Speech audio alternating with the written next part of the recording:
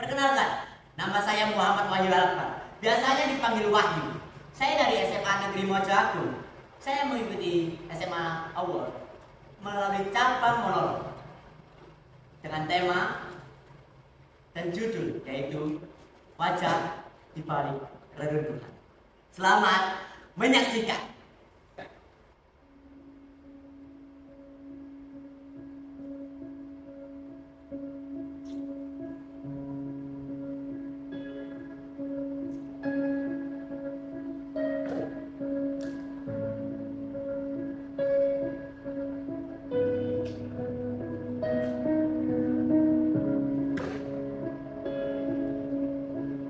Ada yang tidak beres di rumah ini. Sejak awal aku masuk satu SMA, mereka dan dirinya berceloteh tentang moralitas, sopan santun, perlakuan anak terhadap orang tuanya, dan bahkan sikap anak terhadap hukum agama.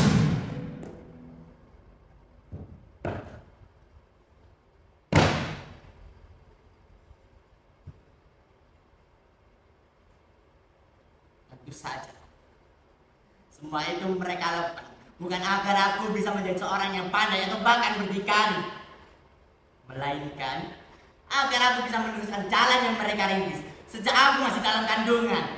Dan sampai saat ini aku masih bersabar. Entah sampai kapan hal ini akan kuledakkan. Aku masih bersabar mendengar ocehan mereka dengan baik. Mengikuti workshop, ya. Aku mendengarkan orang-orang berceloteh tentang cara berbisnis, dan juga aku sudah mengatamkan buku ini, membolak-baliknya setiap hari, sampai-sampai aku tahu bagaimana cara memajukan ekonomi negara.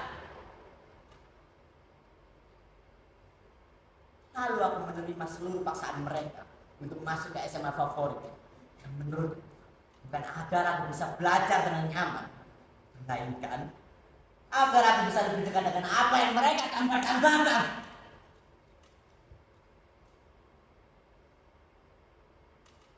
Untuk saja, sejak aku baru masuk ke SMA, aku menemukan seorang guru yang mengerti seluruh kesahku, mengerti seluruh hambatan, sampai bahkan kemasyuran.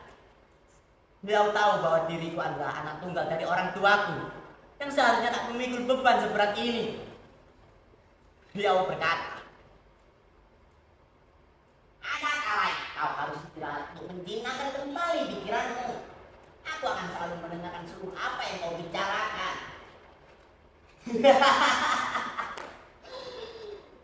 Berlangsung lama setelah kejadian itu, beliau melakukan itu semua agar aku bisa menuruti apa yang beliau katakan, mengikuti lomba-lomba yang sekali lagi tak aku senangi, dan bahkan aku menjadi garda depan untuk mengharumkan nama baik sekolah.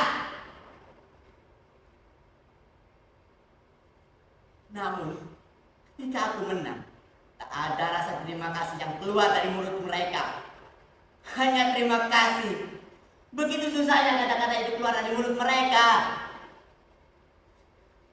Bahkan setelahnya, aku dicampakkan begitu saja, seolah-olah aku tak memiliki kontribusi sedikit pun terhadap mereka.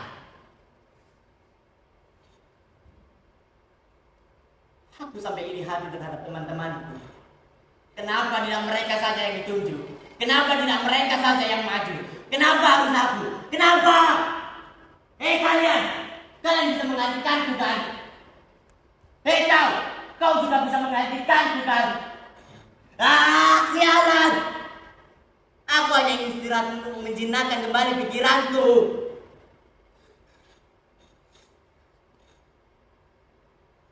Tolong dengarkanlah aku. Aku hanya ingin menjadi seorang yang ingin kulakukan. Jadi seorang pelukis seperti Yosuf Prapto, yang berani, yang mewakili, yang bersuara melalui cat gores lukisnya. Lukisan-lukisannya akan selalu bersuara meskipun selalu dalam kecaman. Tapi itulah realita yang ada di negeri tercinta ini. Aku begitu mengaguminya. Jika saja aku tak bisa menjadi seorang pelukis seperti dirinya, maka biarkanlah aku menjadi seorang pelukis dengan gayaku sendiri. Tapi tolong izinkanlah aku untuk melukis dengan gayaku sendiri, mulakan seluruh apa yang aku inginkan, seluruh yang ada dalam hatiku, dan seluruh ekspresiku.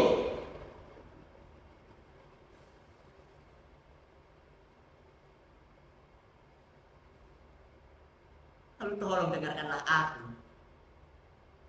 Tolong bimbinglah aku, seperti kalian membimbingku dan menjerumuskanku ke dalam apa yang kalian inginkan.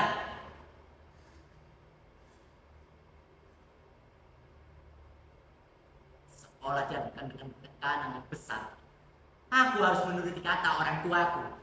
Dan jika saja aku membantah, maka akan dicap sebagai anak yang durhaka. Menuruti kata guruku, dan jika saja aku juga membantah, maka akan dicap sebagai siswa yang nakal. Bahkan tidak menerima saran dari teman-teman. Aku dicampakkan begitu saja, seolah-olah yang ingin menjadi seorang pelukis bukanlah diriku, melainkan mereka. Mereka menggunakan cat lukis yang bernama harapan dan ekspektasi, yang melukis, membentuk, menjadi sosok ideal yang mereka kehendaki. Lalu mereka menekanku tanpa mau mendengarkanku. Aku sudah melakukan semua ini.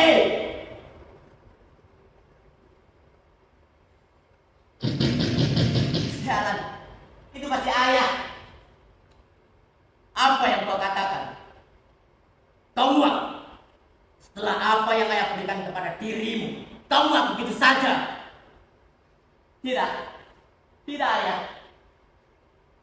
Ayah kira kau akan menurut. Nyatanya tidak. Ayah, aku hanya ingin bercerita, mulangkan apa yang ada dalam hatiku.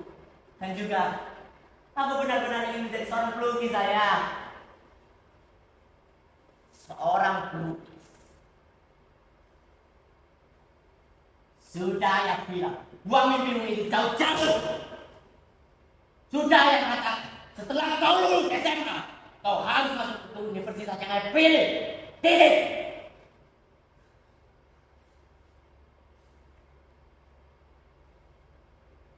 Mengapa?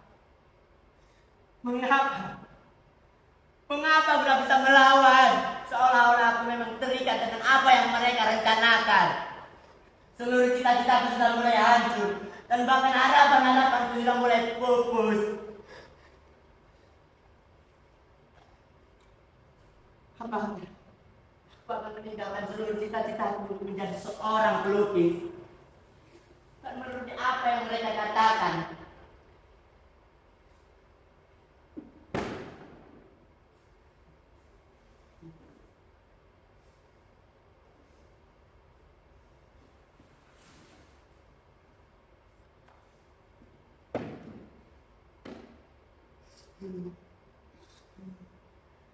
Ayah.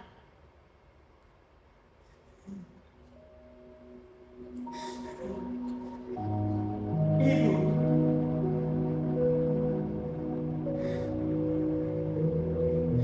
Dulu saat aku sekolah dasar, mereka begitu menyayangiku, menuruti apa yang aku inginkan tanpa adanya paksaan sedikit pun.